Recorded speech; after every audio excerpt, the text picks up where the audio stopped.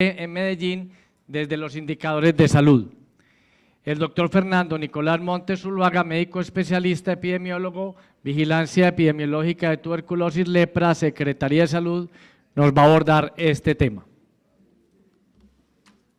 Bienvenido, doctor Montes.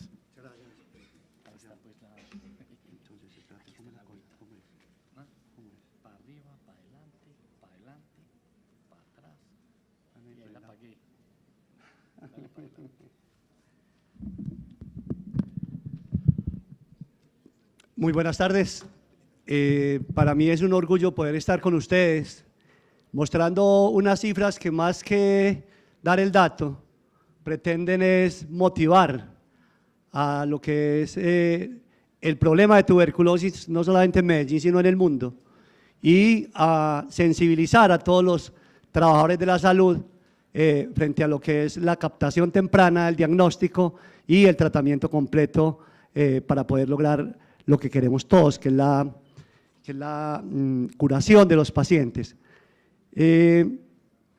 Empezamos mirando la situación de la tuberculosis en el mundo, y cuando uno ve este mapa, en donde hay todo norte y todo centro y Sudáfrica, con cargas de tuberculosis tan altas, Indonesia, Myanmar, ¿cierto?, con cargas que superan los 300 casos por 100.000 habitantes. Y cuando uno mira todo el mapa de el resto del mundo, donde estamos hablando de casos de hasta 25 por 100.000 en la gran mayoría, uno dice, ¿por qué hay tanto estigma y por qué hay tanto desconocimiento en tuberculosis, sabiendo que es una enfermedad tan frecuente? O sea, ustedes saben que la tuberculosis es la principal causa de muerte por un germen infeccioso en el mundo. Entonces, si tenemos tanta tuberculosis, ¿por qué todavía mucha gente piensa que no hay? ¿Y por qué todavía estigmatizamos y discriminamos tanto al paciente con tuberculosis? Esto es lo que dice la Organización Mundial de la Salud en el 2017, publicado en el WHO Report 2018. 6.4 millones de nuevos casos de tuberculosis fueron oficialmente notificados. Oficialmente significa que se entregó el reporte de los pacientes que captamos, pero la Organización Mundial de la Salud dice que son 10 millones. O sea, ¿dónde están los 3.5 millones más que no hemos captado? Con una tasa de 85.1 por 100.000 habitantes, y nosotros decimos que tenemos tasas grandes cuando hablamos de 25, 50, sin embargo el mundo como mundo tiene 85 por 100.000 habitantes, con una coinfección del 7.3%. Colombia habla de una tasa de 26.5 casos por 100.000 habitantes, se notificaron 14.480, con una porcentaje de coinfección del 11.1, o sea, casi el doble de la coinfección del mundo. Con una tasa casi 3 veces menor que la del mundo también, pero que cuando uno mira Colombia tiene territorios que están con unos problemas mucho más graves. Entonces ve a Risaralda, ve al Amazonas, que tienen unas cargas altas de tuberculosis. Eso para mostrar también entonces que Medellín, quien conoce Medellín, aquí está Itagüí, aquí está Bello, el río Medellín lo cruza o el metro lo cruza por dos lados, oriente y occidente, esto es Santa Elena, todo esto es Palmitas, San Cristóbal, Altavista y San Antonio de Prado. Y aquí están el centro, toda la Candelaria, esto todo es Buenos Aires, esto es la Villahermosa, y aquí está Aranjuez, Manrique, Santa Cruz y Popular. Entonces también vemos a Medellín con un problema bien serio, pero también con una disparidad bien alta. O sea, la tuberculosis está grandemente concentrada en esta zona oriental de la ciudad, excluyendo la suroriental, que es el Poblado. Y ustedes sabrán entender por qué.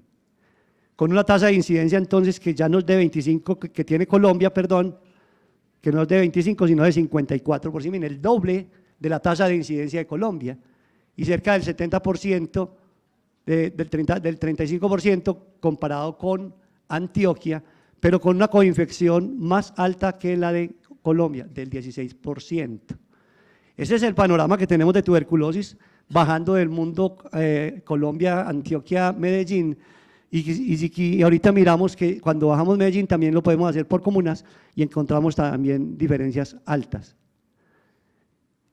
Esta es entonces los indicadores que tiene Medellín para tuberculosis.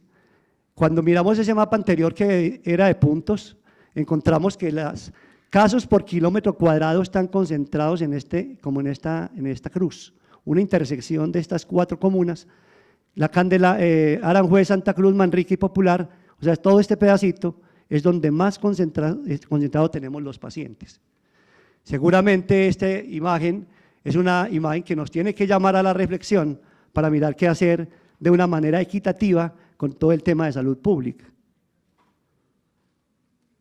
Y esto, aquí se corrieron los señaladores, las bolitas, es Aranjuez con 80.4, o sea que si Medellín tiene 54 por 100.000, Aranjuez tiene 80, o sea que está casi duplicando lo de la ciudad. Miren aquí la Candelaria, que está hablando de 123.7 casos por 100.000, explicado un poquito porque en la Candelaria están también concentrados todos los habitantes de calle y en los habitantes de calle las tasas de incidencia de tuberculosis son más altas. Y Popular con 94 y Santa Cruz con 107. O sea, tenemos diferencias grandes en la parte geográfica, poblacional de la ciudad. Y esto para graficar semana a semana lo que ustedes todos desde las instituciones de salud nos notifican. Cada semana recibe Medellín cerca de 31 casos en promedio que está recibiendo la ciudad de notificación. Es decir, todos los días estamos notificando 5 casos de tuberculosis a 6 en la ciudad. O sea, es un problema serio, es un problema real que supera cualquier otra patología infecciosa con la importancia que tiene. Aquí es la de las formas de los pacientes para rescatar, la gran mayoría de nuestros pacientes nuevos, pero esos abandonos que son 111 son realmente un número para resaltar porque estamos diciendo que de los pacientes que abandonan del programa, estamos recuperando para el programa un porcentaje importante, cerca del 8%. Y en las formas pulmonares y extrapulmonares no cambia el panorama con respecto a Antioquia y a Colombia y al mundo, 80 son pulmonares, 20% extrapulmonares, pero de extrapulmonares, importante que la pleural está con 112 casos frente a la ganglionar 65, y lo vamos a ver ahorita que en el paciente coinfectado esta presentación se invierte. Esta es la distribución por grupo de edad y género. El género también es más o menos 60% hombres, 40% mujeres. Cuando uno ve esta gráfica entiende que la población entre 20 y 45 o 60 años es la que más afectada está, y entonces uno pensaría que ahí es donde más hay que poner cuidado. Sin embargo, cuando nosotros hacemos el ejercicio de la tasa de incidencia por grupos de edad, encontramos que en esos grupos de edad donde se veían poquitos, las tasas de incidencia son altísimas. También para que recordemos que el riesgo de enfermar de una persona que está infectada se va a ir acumulando a medida que uno va envejeciendo. Si yo me infecto a los 10 años, es posible que me enferme en los 70 años de vida que me quedan, de acuerdo a la esperanza de vida, en un 10% que me enferme. Pero si no me enfermé los 10 años que siguen y en los 20, esa probabilidad del 10% se va acumulando en menos tiempo. Entonces, por eso se explica que las tasas de incidencia más altas estén en los extremos de la vida finales, ¿cierto? Importante tenerlo en cuenta cuando nosotros abordamos los pacientes. Hay que tener unas consideraciones frente a la captación y, como les digo, los indicadores son precisamente para motivar. Esta es una gráfica que sacó la Organización Mundial también en el Report diciendo cascada de la atención de tuberculosis en las Américas, donde hay una meta de pacientes estimados de cerca de 273.000 estimados, pero que apenas se diagnostica, pretendiendo diagnosticar el 90%, nosotros no estamos diagnosticando el 90%, sino el 81%. O sea, de todos los pacientes que tenemos enfermos, estamos diagnosticando el 81%, tenemos una brecha de 23.471 pacientes. Si pensáramos que estamos captando el 90%, si captáramos el 100%, la brecha sería mucho más alta. Y que una vez diagnosticados en tratamiento, también tenemos brechas importantes en las Américas. Esto no ocurre, afortunadamente, en Medellín, porque tenemos la facilidad de la captación del paciente y inmediatamente el paciente es diagnosticado y notificado, nosotros nos ponemos a la tarea de verificar que el paciente reciba tratamiento rápidamente. O sea que estas cifras son básicamente para tener como en cuenta y compararnos con otros territorios, pero que esta cifra tan bajita de que pacientes que luego del diagnóstico empiezan tratamiento, nosotros afortunadamente la tenemos superada. El éxito del tratamiento es una cosa llamativa, en América está el 57%, es una cosa que llama también mucho la atención. Nosotros estamos todavía muy preocupados porque no estamos logrando el 85% de curación, estamos cerca del 70-75%, sin embargo cuando las Américas muestran estos resultados, uno dice que estará pasando en otras regiones. Y en esa captación nosotros lo que mostramos es la tasa del porcentaje de sintomáticos respiratorios captados, que es una fórmula que nos establece el Ministerio, el Instituto Nacional de Salud, por el Ministerio, para decir cuántos pacientes debemos captar y debemos captar una meta del 5% de ese número. Apenas hemos logrado una meta del 2.8 más o menos. Es decir, nosotros estamos lejos de lograr la captación de sintomáticos como meta establecida por el Instituto Nacional de Salud. Pero cuando uno hace este ejercicio y mira lo que es la captación, uno encuentra que en el año 2017 de captación pasiva es cuando yo no tengo que hacer ningún esfuerzo para poder encontrar un paciente, porque el paciente llega a mi consultorio. Entonces, todas las consultas que llegan a mi consultorio y que son sintomáticos respiratorios, eso se llama captación pasiva. En esa captación pasiva, entonces nosotros el año pasado realizamos 36.936 vaciloscopias. Esas 36.936 vaciloscopias correspondieron a 16.059 pacientes, de las cuales 648 fueron positivas, es decir, un porcentaje de positividad del 1.8. Importante este 1.8 porque uno no entiende por qué una ciudad con tan alta carga, con ese número tan importante de pacientes con tuberculosis que se diagnostican año tras año, a pesar de que se realizan el examen más rápido y más fácil que tenemos que la vaciloscopia, ese porcentaje de positividad sigue siendo bajo. Si estamos en una ciudad con alta carga, pues uno esperaría, cuando hay mucha tuberculosis, que esta positividad fuera más, es decir, que fueran más los enfermos que aparecieran que los que descartamos. Esto es en la captación pasiva, pero en la captación activa, que la captación activa es cuando nosotros salimos a la calle y buscamos pacientes que tengan posible tuberculosis y lo hacemos de dos maneras. La primera con la investigación de campo. La investigación de campo que realizamos como también lineamiento del Instituto Nacional de Salud a todo paciente que se diagnostica con tuberculosis, nosotros en los primeros 8 días ya estamos en la casa haciendo una visita domiciliaria, explicándole al paciente lo que es la enfermedad, verificando si el paciente ya está en el programa de tratamiento, está en el programa de control, mirando cuáles dificultades tiene para poder ser adherente al programa, qué dificultades tiene en la toma de medicamentos frente a las reacciones adversas a los fármacos y adicionalmente buscando sintomáticos respiratorios en esa familia. Y entonces nosotros encontramos que cuando hacemos las investigaciones de campo, tanto a pacientes con VIH positivo como VIH negativo, realmente encontramos sintomáticos respiratorios 273 pacientes. De esos 273 pacientes, 8 pacientes fueron positivos. 8 pacientes de 273 me da más o menos, 8 de 273 me está dando más o menos un 4% de positividad. 3-4% de positividad.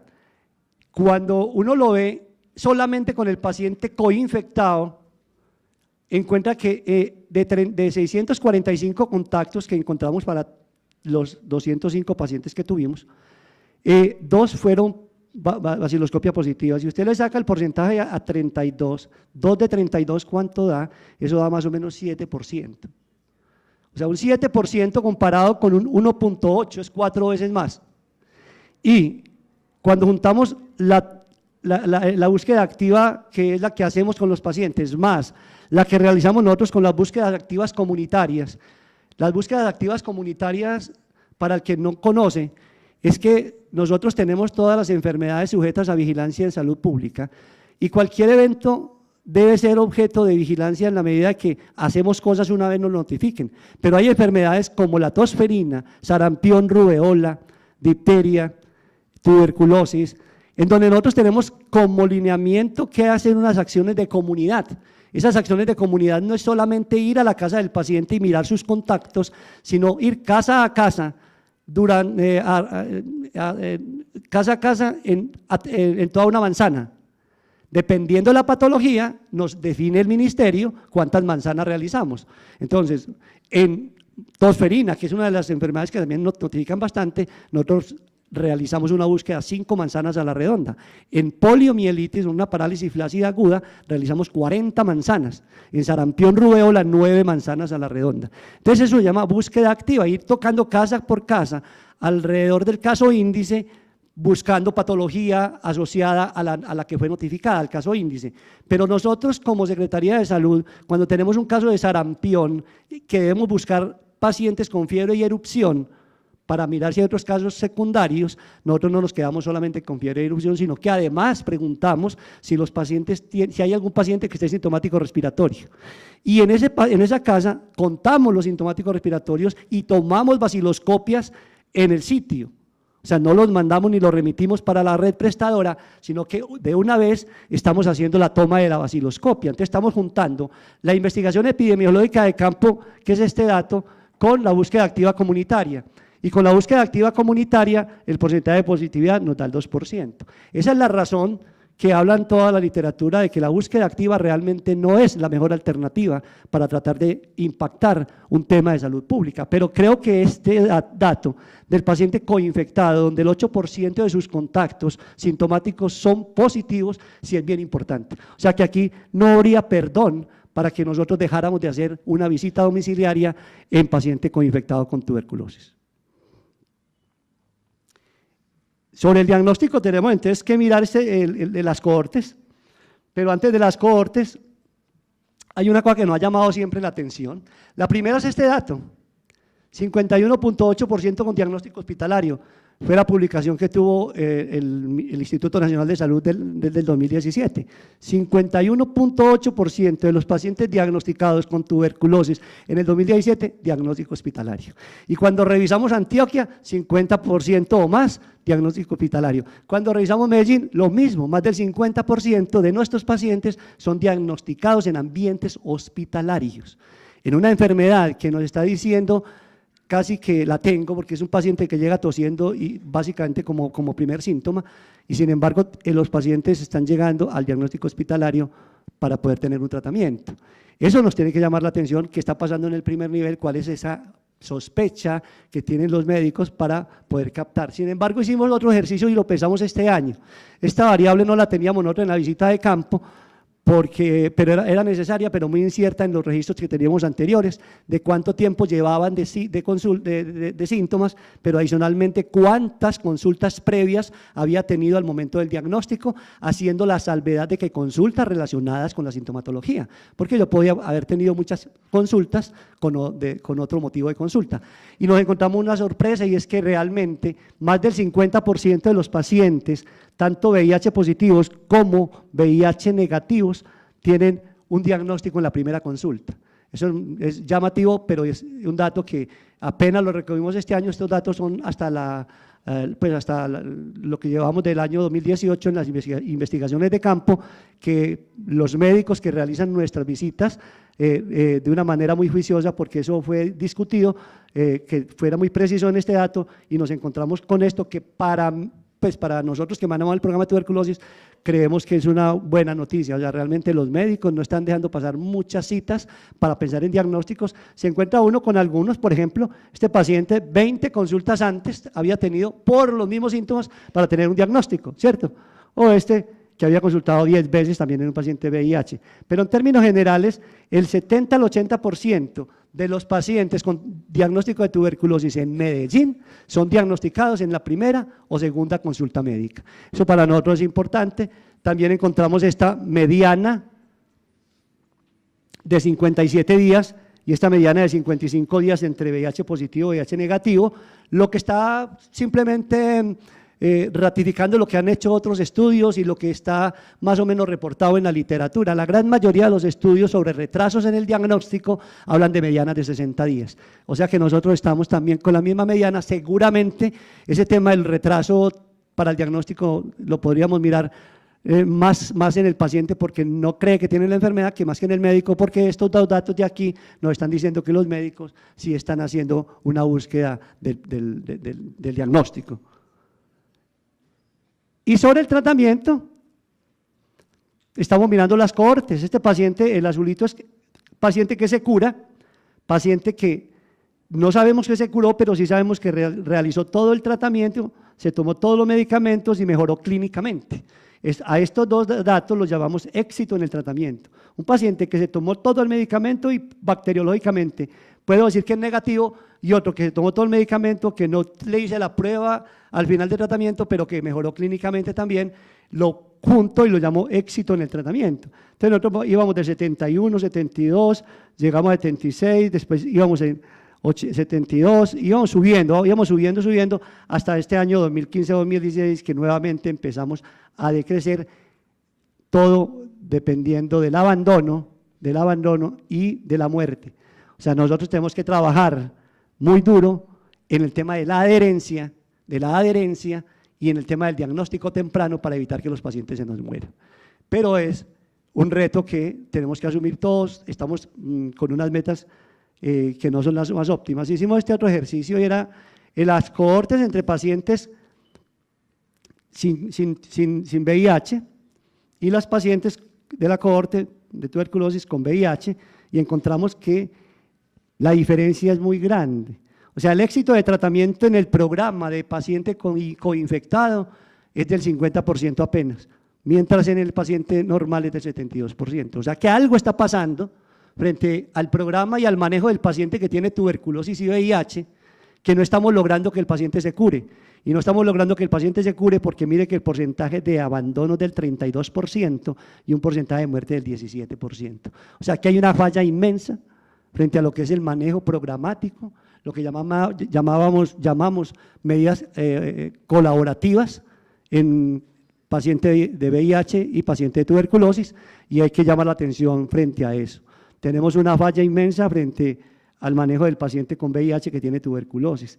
Hicimos otro ejercicio que pareciera que creíamos que nos iba a dar alguna diferencia importante, y era cuando yo tenía el paciente en el programa de tuberculosis y ya tenía un diagnóstico previo de tuberculosis, ¿cierto?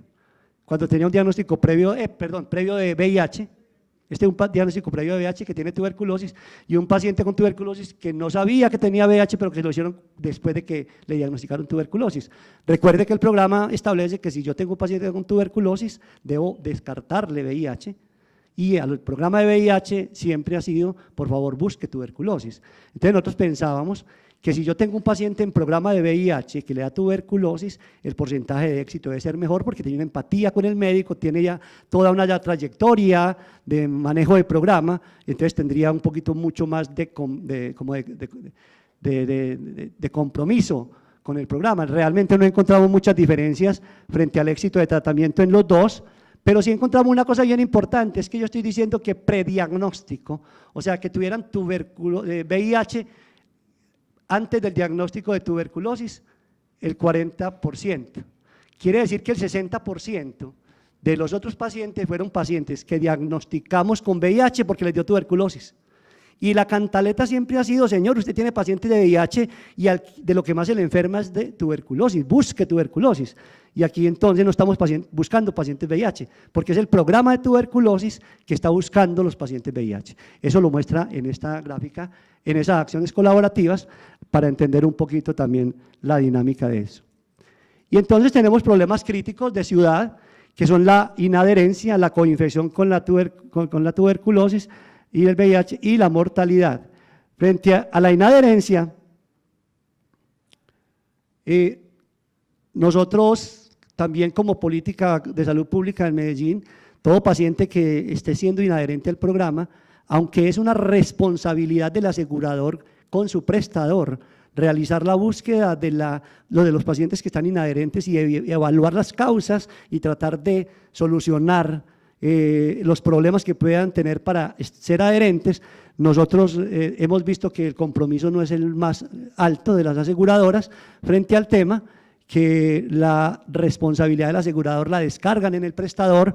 Entonces nosotros estamos haciendo con una psicóloga entrenada en tuberculosis, cada que nos remiten o nos notifican un paciente que no ha vuelto al programa hace 8 días, hace 3 días, hace 15 días o hace un mes, uno muchas veces se da cuenta tarde, nos envían el dato y nosotros con una psicóloga entrenada realizamos visitas domiciliarias para evaluar al paciente y determinar cuál es la causa de la no adherencia. Y en esa causa de la no adherencia encontramos 2 cosas importantes, y es la farmacodependencia en el 23% y la depresión en el 9%, o sea, 32% de la inadherencia al programa de tuberculosis es un problema es un problema para enfrentar, pero que no es fácil porque no tenemos red de atención mental que nos pueda dar respuesta a estos problemas. También un llama la atención. Frente a eso, entonces, nosotros sacamos una circular el 17 de diciembre del 2013 diciendo: todo paciente que tiene tuberculosis y tiene coinfección con VIH debe ser visto en el programa de VIH, porque tiene mucho más contacto, tiene más adherencia, y además el médico que ve paciente VIH tiene que saber más tuberculosis que el médico general que no ve paciente VIH, porque la tuberculosis es la comorbilidad más frecuente. Ya para finalizar entonces con el tema de mortalidad, simplemente contarles este dato que es importante: en los 2 años, 2016-2017, el mayor porcentaje de muertes está en pacientes con VIH, pero lo importante de este paciente VIH es que cuando nosotros vemos el paciente con VIH negativo, el paciente con VIH positivo, los extremos de la vida, o sea, el paciente sin VIH con tuberculosis se nos mueren más viejos, pero el paciente con tuberculosis y VIH lo está atacando en edades muy tempranas. Entonces, ¿qué está pasando? Que no está muriendo gente tan joven en el programa de VIH con tuberculosis, mientras en el programa regular son los más viejos los que están muriendo por las comorbilidades. También es un llamado de atención. Esta es la circular de la Gobernación de Antioquia que nos invita a que cuando tengamos un paciente hospitalizado y le diagnosticamos tuberculosis, por favor no le demos de alta sin haberlo orientado hacia el servicio de salud para garantizarle que el paciente ingrese al programa de una manera efectiva. Muchas gracias.